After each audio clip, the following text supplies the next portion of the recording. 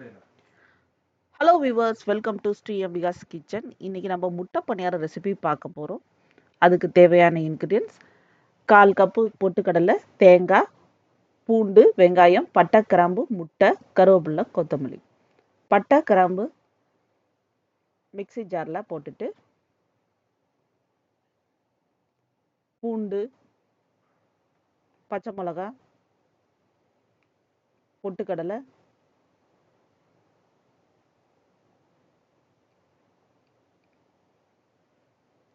தேங்காய், வெங்காயம், கொத்தமல்லி, கருவேப்பிலை எல்லாத்தையும் ஒன்றா போட்டு அரைச்சிக்கிறோம்.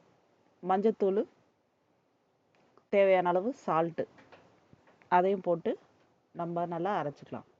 இந்த மாதிரி மிக்ஸி ஜார்லேயே 2 முட்டையும் போட்டு நல்லா அடித்து அதையும் இந்த மாவோட மிக்ஸ் பண்ணிக்கணும். அதை நல்லா மிக்ஸ் பண்ணிவிட்டு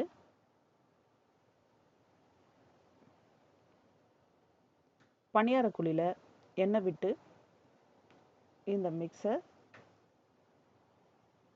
பணியார மாதிரி ஊற்றிக்கலாம். மீடியம் ஃப்ளேமில் மூடி போட்டு வேக வச்சுட்டு ஒரு பக்கம் வெந்த உடனே திருப்பி போட்டுக்கணும்.